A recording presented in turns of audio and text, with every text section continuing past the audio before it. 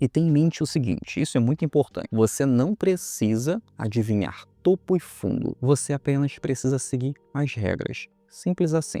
No mercado financeiro você tem que obedecer aquelas regras, e são essas regras que você vai repetir pelo resto da sua vida que vai fazer você ter consistência e lucro no mercado financeiro para sempre. A primeira coisa que você vai fazer aqui é usar o gráfico. Vou utilizar aqui o Bitcoin como referência, gráfico diário. Sempre vamos trabalhar aqui com gráficos que realmente deixam o trade muito mais fácil, que são gráficos maiores. No gráfico diário, nós temos aqui o gráfico do Bitcoin. Qual a primeira leitura que vamos fazer com o gráfico do Bitcoin? Vamos enxergar o lado esquerdo para depois verificar o lado direito. O lado esquerdo é onde mostra ali o preço mais antigo. Qual foi o movimento mais antigo? O que aconteceu com o preço do Bitcoin? A partir disso, eu vou traçar aqui o suporte e resistência mais importante, ou seja, a resistência é onde o preço atingiu o seu topo num determinado período, né? Ou seja, os topos mais importantes. Não preciso pegar de 5 anos atrás, não tem essa necessidade. Pego aqui o topo mais importante. E logo depois, o fundo. Ou seja, qual foi o último fundo mais importante? O último fundo mais importante foi esse aqui, ó. Repetiu 2 vezes aqui, tocou aqui novamente, e aqui eu tenho um fundo. Pronto. Você sabia que isso aqui, só em ter isso aqui, você já tem alvo de ganho na sua operação? Por exemplo, se o preço formar tendência para tendência de queda nesse momento, eu vou ter um alvo aqui de ganho na operação, ou seja, vou surfar uma tendência de queda, e esse vai ser o meu alvo de ganho. Se o preço seguir para uma tendência de alta, eu tenho um alvo de ganho na operação. Simples assim, de forma prática, utilizando essa análise aqui que é o Price Action, que é a leitura simples do preço.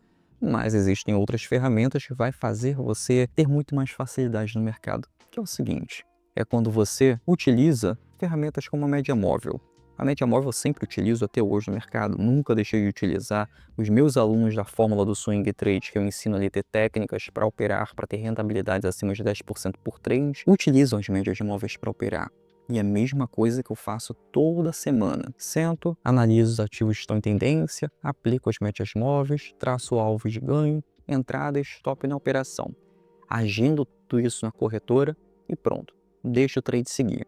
Vou clicar aqui, ó, média móvel simples, a média móvel que você pode utilizar. Se aparecer aqui média móvel em qualquer outro período, clica em configuração e muda para média móvel de 50 períodos. Se você quiser deixar a média móvel mais grossa aqui, ó, ser mais visível, essa aqui é a média móvel, tá? Aqui na linha azul.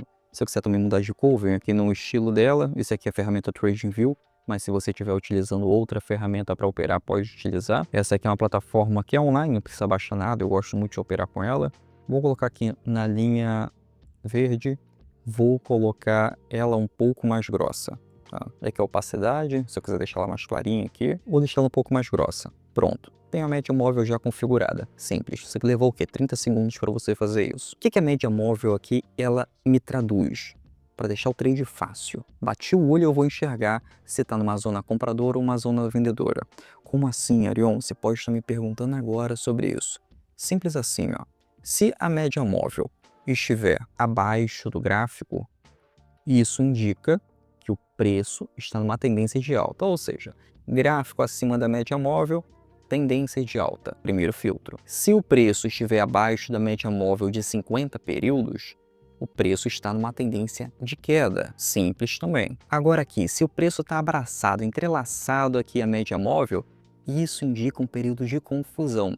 Eu não vou comprar, eu não vou vender, eu não vou fazer nada. Essa é a terceira regra. E muito importante para uma quarta regra. Anota tudo isso que eu estou falando.